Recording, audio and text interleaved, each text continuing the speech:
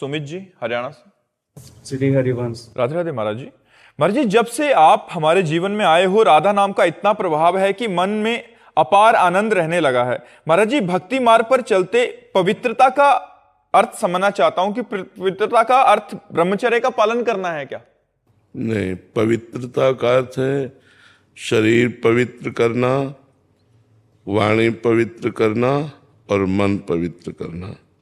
शरीर पवित्र, जैसे आप शौचालय गए तो उतने ही वस्त्र पहन करके जाइए जितने धो सकते हो, नहीं तो आजकल तो बंद व्यवस्था है। आप शौच हुए, स्नान किए, अंगोछे से पोछा और फिर अपने कपड़े धारण कर लिए।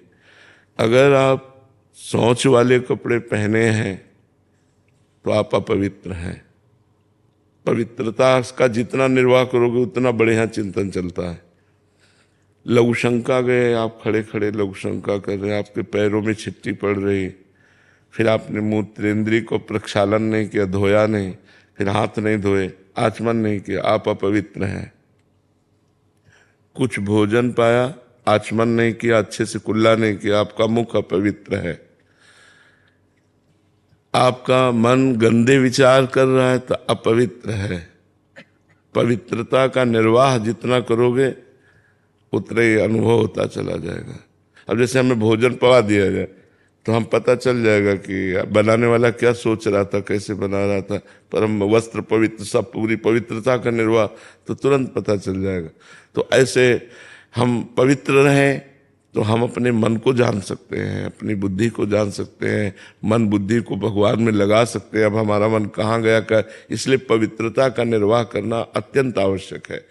ब्रह्मचर्य यम नियम में आता है, संयम में। ब्रह्मचर्य और पवित्र करता है।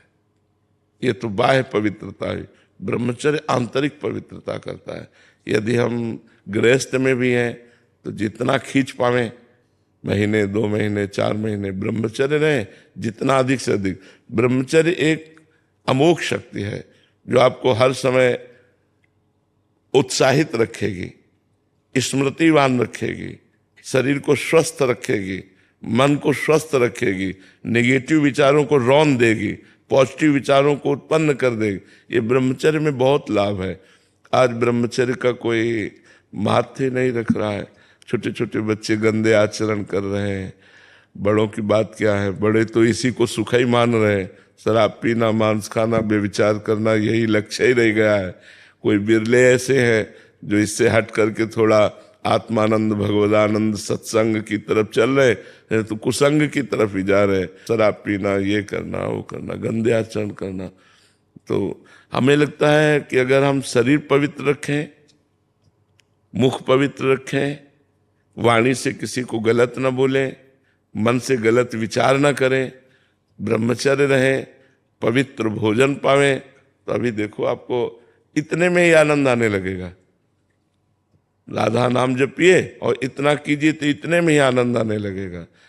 अब आप हमें 10 मिनट छोड़ दें, हम चुपचाप बैठ जाए, बाहरी स्मृति खत्म हो जाएगी। बैठे हैं नहीं, अब अपवित्र रहो, अपवित्र खान विचार, तो भगवान में थोड़ी, भगवान परम पवित्र है।